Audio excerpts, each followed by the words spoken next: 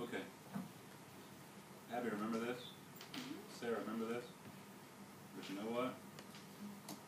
This time, it's not history of China.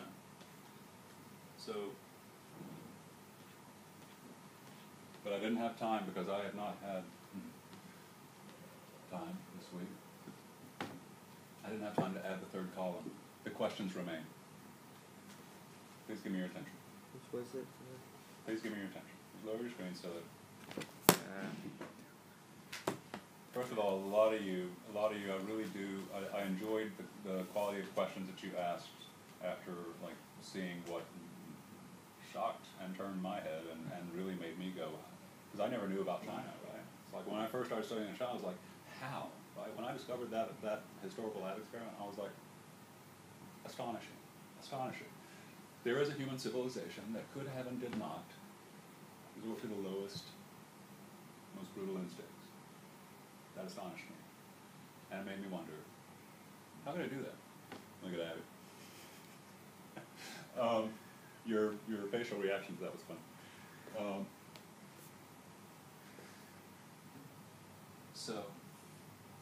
And you said, so it is a curious question. What was it about the development of these two civilizations that led to this and so forth? Also, again, notice, now we can go back to China with its aircraft carrier going out into the sea. That's the first time China has launched a massive ship since Zhenghe in 1405, 1435, last one, all right? So it has literally been 600 years since China has done that. Here they are again. You are so lucky. If my intuition is true, at 26 years old, I had an intuition so strong that I remember I'm 52 now. The intuition was, you're going to die at 52. Well, I'm 52. My birthday is May 5th.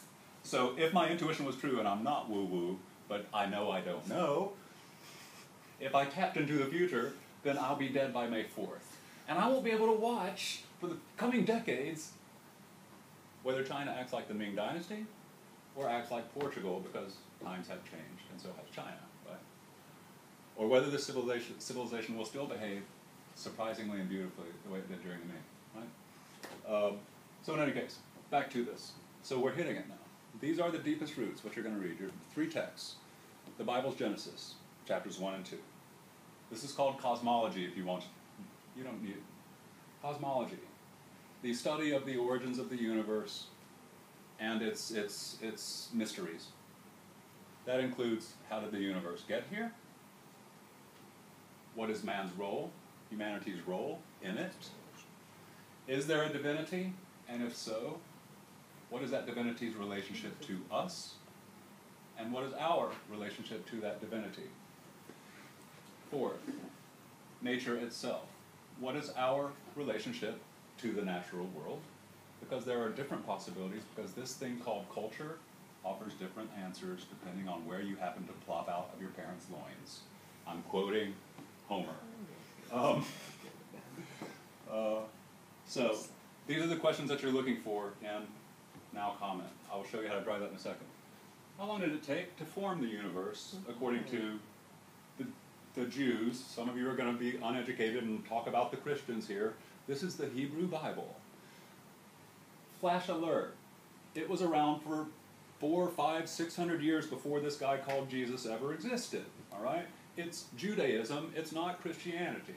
So please don't make that category mistake. You sound ignorant if you do that. We're talking about the Hebrew Bible, not the Christian Bible. In the Bible, how long did it take the universe to form? In rhetorical questions. In the Chinese narrative that you will read, how long? And then in the Greek.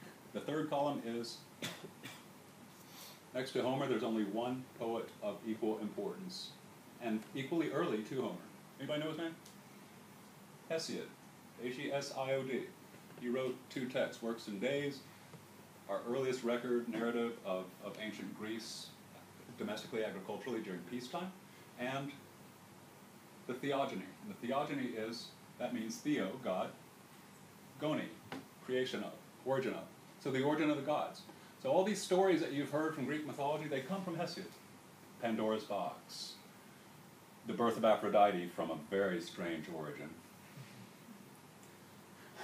It's so fun to think about. It's so fun to think about. It's so fun to think about. So, how long did it take the universe to form in both of these? What is the origin of nature? What's nature's relationship to humans? The meaning of natural disasters. Floods happen. What does it mean? Depending on the culture you're in, it means a different thing. If you're bored, I pity you. If you can't pay attention, I pity you. Because depending on how you react to bad fortune, the world is a very different place, right? Your interpretation of bad fortune makes the world you live in, because of what your culture is taught to, a very different place. We have three different cultures teaching three very different things. And these are the roots, the deepest roots, literally the earliest narrative texts of all three cultures, except for the Chinese, which is not actually. Gods. What are God's roles toward humans? What's their attitude towards humans? Two very different things. My role toward, my attitude towards. The human status in the universe, again. Now, and I want you to pay attention to these questions because I told you you've got research stuff coming up. So you're going to be reading and looking for evidence here because after all, this is the question. We're starting to answer the question. Our status, here we are, we're in the universe. Our status here. Are we special? Are we dependent on gods? These three different belief systems culturally, how would they make us view ourselves? Because they tell us our role and all that sort of thing, and they give us our self-image as a species and an individual. Human nature. Reading Zheng He, discovering the Ming Voyages, I was like, wow, human nature, that great cop-out of all people who want an easy excuse to be dishonest and corrupt and cutthroat and sorry, but I'm going to make you suffer to get rich myself because that's just human nature, right? That cheap excuse, oh, that's just human nature. We're competitive, violent, brutal, and barbaric by nature. Darwinian. Doesn't the Ming Voyages and the Ming civilization complicate that? By showing that human nature can actually resist the lowest instincts in at least that culture. So I love this question about human nature. Those of you who take psychology, you should have interesting things to connect to. Is it good or evil? Is human nature strong or is it weak? Is it competent or is it incompetent? Do we F up a cup of iced water, to quote the great movie Wise Guys? No. What's that Scorsese film? Funny Man? Funny? Joe Pesci? Goodfellas. Casino? No. Casino? No. Was it Casino? You didn't do Goodfellas, it was Casino. And Joe Pesci has that great word about this guy who's just like such an idiot. He's like, he'd F up a cup of ice water, right? I love that line, right? Competent or incompetent, innocent or guilty, wise or foolish. Those are the questions. Now, what is this nowcomment thing? University of Virginia is using it in its law school. I showed it to parents last night, and two parents, both of whom were lawyers, came up afterwards and said, that is exactly what, I'm so happy to see you doing that, because that's exactly what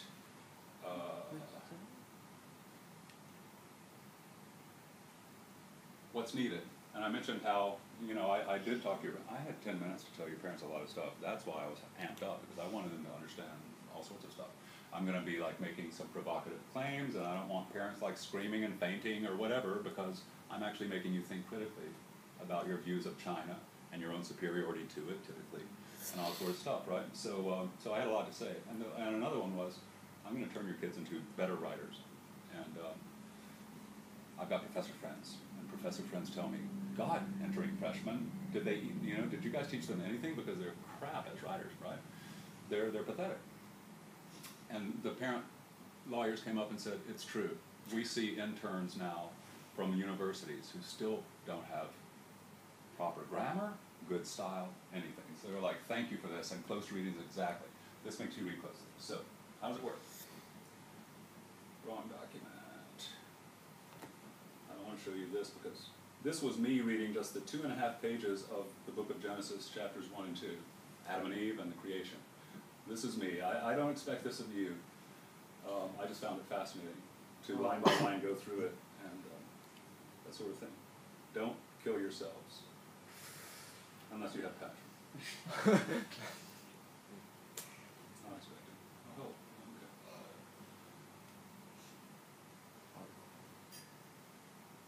Is that what I sent you a link to? Does it have other students' comments on it? Huh? No? Does it have my comments on it?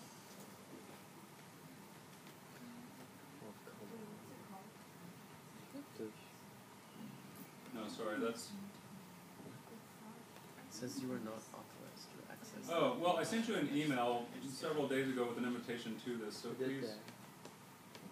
please create an account. When I click on the link, it says you're not authorized to access that page. Okay, let me send another link. Are you off of the, like, password reset or something? Yeah, I edited the document, so...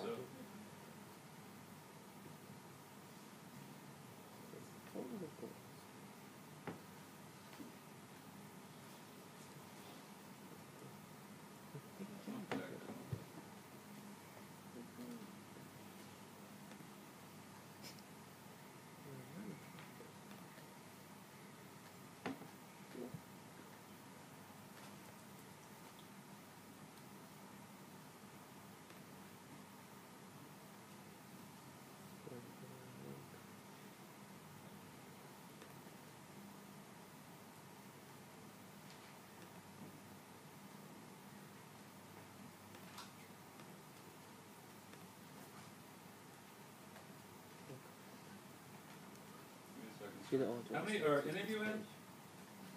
Can you create an account? Is there a create an account link for you? Yeah, we already We already have an accounts. Oh, okay, thank you. When I heard I can't get in, I thought that meant I can't get in. There's like a not I can't permission find the problem. document. Yeah. Maybe every comparisons thing. And then the two test whatever. Oh, you're beat.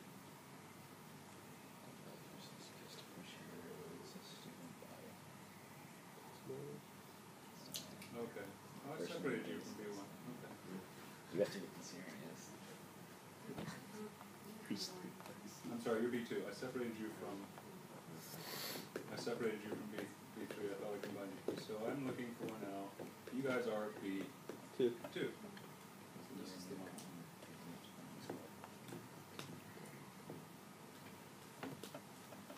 Okay, there's not a single comment on this document. Let me invite you very quickly. Invite. And you are B2.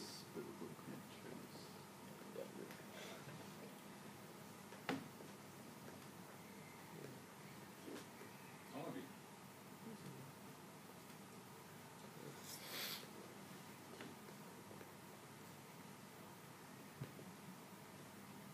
Now, if you click on your My Group or B2 or something like that, or refresh your browser, you should see a document that says Biblical Chinese Greek.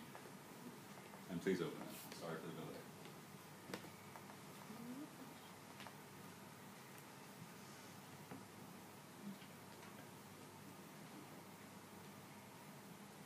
I'm going to very quickly demonstrate to you how this thing works. I'm going to go down to the Chinese one. And I'll delete everything that I've shown you. So please notice a couple of things, just again, user experience.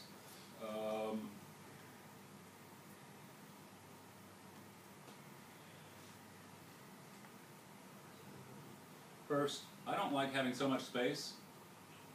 Yours probably looks like that. Notice you can drag that over and give yourself more space on the reading side, simply by dragging that divider over. That way, that way. Second, now,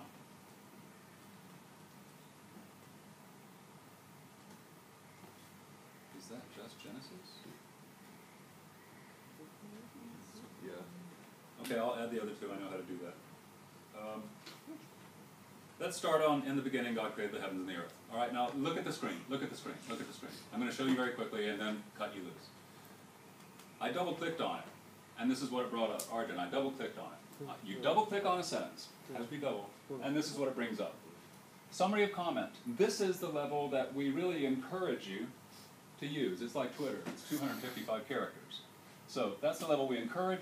This is optional. As you're reading through, if you start seeing things, especially when you go from one text, one culture to another, and you're like, uh-oh, comparisons, contrasts are starting to come. It's getting interesting now. and you've got an idea, you're going to be writing research, you're going to be writing like, you know, practice papers and all sort of stuff, so this is a good place for you to find your evidence, capture your ideas as they come. And so if you've got one that's like, this one's major, this would be really interesting to Mr. Burrell, other readers, whatever, then you do have more room here. But I like the fact that it tries to make you concise, like my responses to blog posts, to forum posts were concise. Capture the idea concisely in 2 or 3 sentences, whatever, right? And so you simply write, right? And you start the conversation. Watch what happens. First of all, there is now a number 1. And so anytime you see comments, you can click on that little speech bubble, and it will take you right to that one. Now, okay, so somebody said something. I hope to see this. Literary responses, or simply that's gorgeous because, or philosophical ones. Really, if you believe this, then? Or, I'm confused here. I'll tell you, I'm totally confused by Kronos grabbing his father's junk, chopping it off, throwing it over his shoulder titanically because he was a titan, and, you know, and it's flying, spewing sperm through the night sky that he's just castrated, until it hits the Aegean Sea, starts foaming up, and a clamshell, like, rises, and there's Aphrodite, goddess of love. Son castrates father, and from that comes love? Somebody please explain it to me. That's a perfect question for a comment, right? What do you think of this? And then you can reply to each other. Right, so I'm going to reply to that brilliant, right? Like that. And it's threaded again. And so somebody else can click here, and it will go back here, just like the Moodle form, right? I don't know what happened to web designers to say it's not important to have threaded responses. Yes? Is this like the form in the sense that you can't see each other's stuff until you post? I asked the last class, which already did this, and I said, would you rather me disable other people's comments until you are finished commenting your first read yourself? And they're like, no, I like seeing other people's thoughts and that sort of thing, and it also reduces clutter. If somebody else has already said it, then I don't need to say it again, sort of thing. I might reply so that I can like check all my responses by simply saying, I noticed that too. That's interesting. Or whatever you have to add, but don't be redundant. Okay?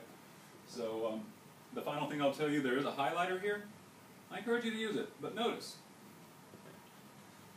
Use the private. You can customize it, by the way. You can change the things, like, you can change these headings, customize it, play with it. But don't use the public, because then you'll be spamming up all our text with your red highlight everywhere, right? And we'll all want to destroy you, you know, after school, like in the back alley. So, do you have any questions? Now, it is 3 texts. The Chinese text is very easy. It's a summary from a secondary source. It's not the primary source. The Greek one is the one that is going to make you, like, hate me a little bit. But it's only maybe 10 pages. And I edited out the paragraphs where Peleus, or no, who was some god of the sea, I forgot his name, right? Laid with so-and-so because it's about the creation of the gods. And so there's just like god breeding going on all over the place, right? So-and-so gave birth to this goddess, this goddess, this goddess. And they name this prolixit Greek.